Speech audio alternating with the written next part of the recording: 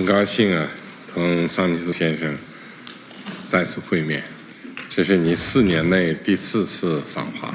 Bro, when they say this is your 4th visit to China in 4 years, it almost seems like, bro, what are you doing? Like Xi Jinping is like, come on, dog.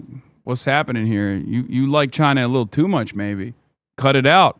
Cut it out, big dog. You've been here quite a lot. 访华，当今世界乱象丛生，国际秩序礼崩乐坏，如何对待？ Every time I see this room, I just realize our tables aren't big enough. True. 国际法和国际秩序反映的这是一国的世界观、价值观、秩序观、责任观。中国和西班牙都是有原则、 Are you jealous? Yes, I am. 道义的国家，都愿意站在历史正确的一 I am 边。 jealous. 我们应该加强沟通，巩固互信。 Yeah, we should strengthen communication, deepen mutual trust. Always the same stuff. 合作，反对世界倒 We 退 must oppose a 回 return of the world. 丛林法 We must oppose a return of the world to the law of the jungle. 则，共同捍卫真正的多边主义， Uphold true multilateralism and safeguard global peace and 守 development. 护全球的和平与发展。 Presidente Xi, es un auténtico placer volver a verle, que hoy volvemos a elevar al poner en marcha el diálogo estratégico entre nuestros dos países. Somos un pueblo amigable y constructivo. What do you mean by that? Like, why would Xi be bothered that Pedro Sanchez visits China too much? It's a joke, man. I'm joking. Con una larga historia, como también tiene China. Somos un país estable, predecible y porque sabemos que solo ese espíritu nos conducirá a una prosperidad y a una paz duradera. Well, China president is meeting with the leaders of countries that have been impacted by the war and its economic fallout. Xi Jinping is meeting Spanish Prime Minister Pedro Sanchez to discuss political and economic ties between the two countries. Earlier, Xi has met with Abu Dhabi's Crown Prince Sheikh Khalid bin Zayed as China calls for stronger relations with the Arab world. And also in Beijing is Russia's Foreign Minister Sergei Lavrov for talks on the US-Iran conflict and the blockade of the Strait of Hormuz. Beijing has affirmed its readiness to play a constructive role and contribute to peace in the Gulf region.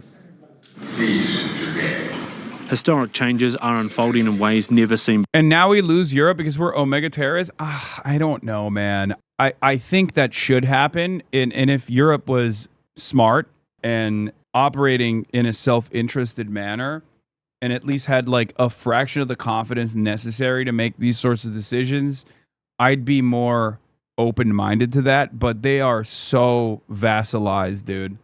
Pedro Sanchez is doing this.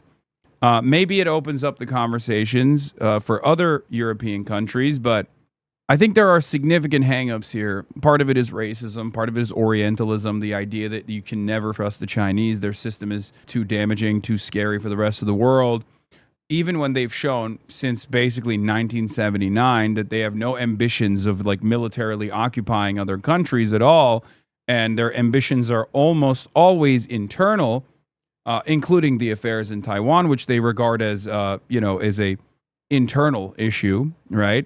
Some will say, oh, it's sovereignty and whatnot. I'm just telling you what the Chinese government's perspective on the matter is. But beyond that, at most, they build island bases and stuff like that in the South China Sea. Things that, great powers obviously will always do. They don't have the fraction of the interest or the appetite that America has demonstrated over and over again to dominate the globe, right? You said Tibet cough. Again, these are things that the Chinese government regards as internal, domestic affairs. Before, human society faces a choice between peace and war, unity or confrontation. We must strengthen coordination, enhance cooperation, and build a more solid, resilient and dynamic China-Arab comprehensive strategic partnership. China's Foreign Ministry spokesman, Guo Xiaokan, is holding a daily media briefing in Beijing. He's been speaking about the situation in the Strait a few moments ago. We're going to take a listen. With the temporary ceasefire agreement. You say this as if China does not have border disputes with literally all of its neighbors, Hasanabi. Talk to me when China has 800 military bases. I'm saying, as far as great powers goes, the appetite that China has for military intervention is virtually non-existent in comparison to the United States of America. It's not even a question. Like, You're comparing not even apples to oranges.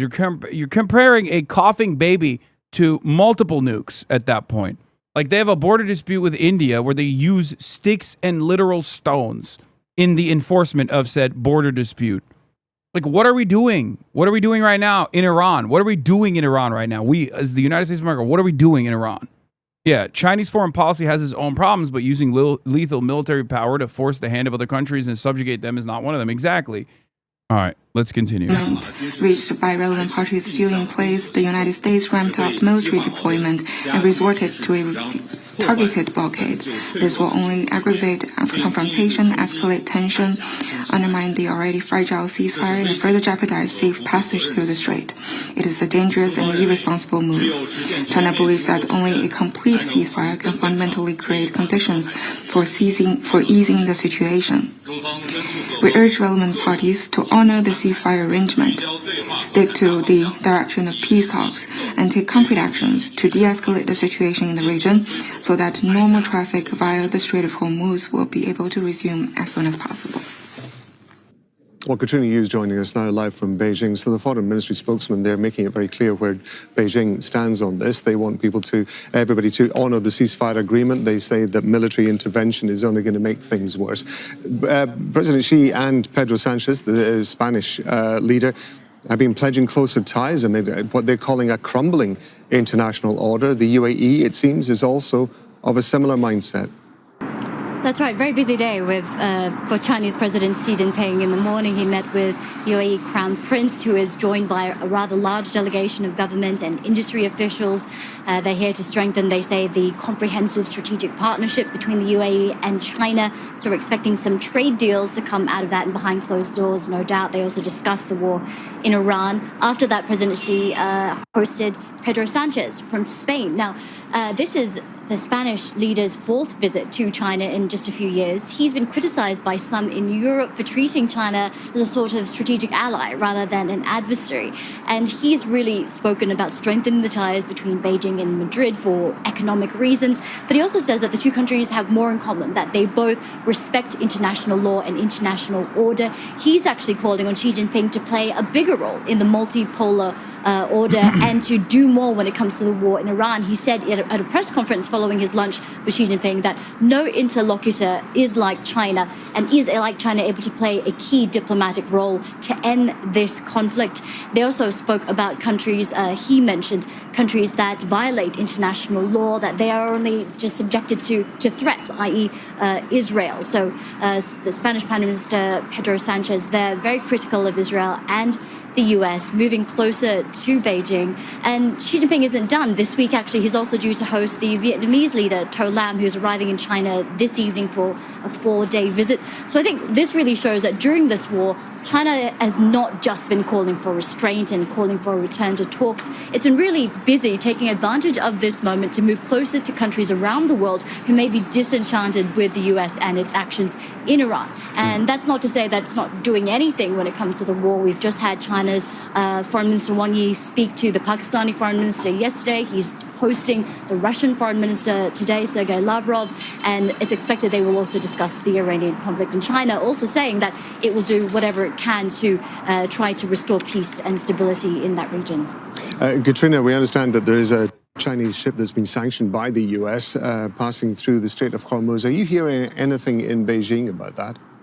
That's right. The Starry Rich, which is a mid-sized oil tanker. Interestingly, it's a Malawi-flagged ship, although it is quite clearly owned by China, and it also broadcasts its own signals as being affiliated with China. We know that it left Dubai yesterday on Monday and actually stopped before the US trade blockade was announced, and it actually went to do a U-turn, and then it continued through the Strait of Hormuz, and we know it was the first vessel to pass through the strait since the blockade was imposed on Tuesday. Now, interestingly, as you mentioned, it was actually sanctioned in 2023 by the US for evading its sanctions on Iran. And so really its passage through the strait raises more questions than it provides answers. First of all, was it allowed by the US to pass through the strait because it was coming from Dubai and not from Iran? Or was its passage kind of missed by the US, maybe pointing to how difficult it is to enforce a blockade of that waterway? So I think we have to see how many more ships are able to pass and what their affiliations are. bringing us up to speed there from Beijing. That's Katrina Yu. Thank you very much indeed.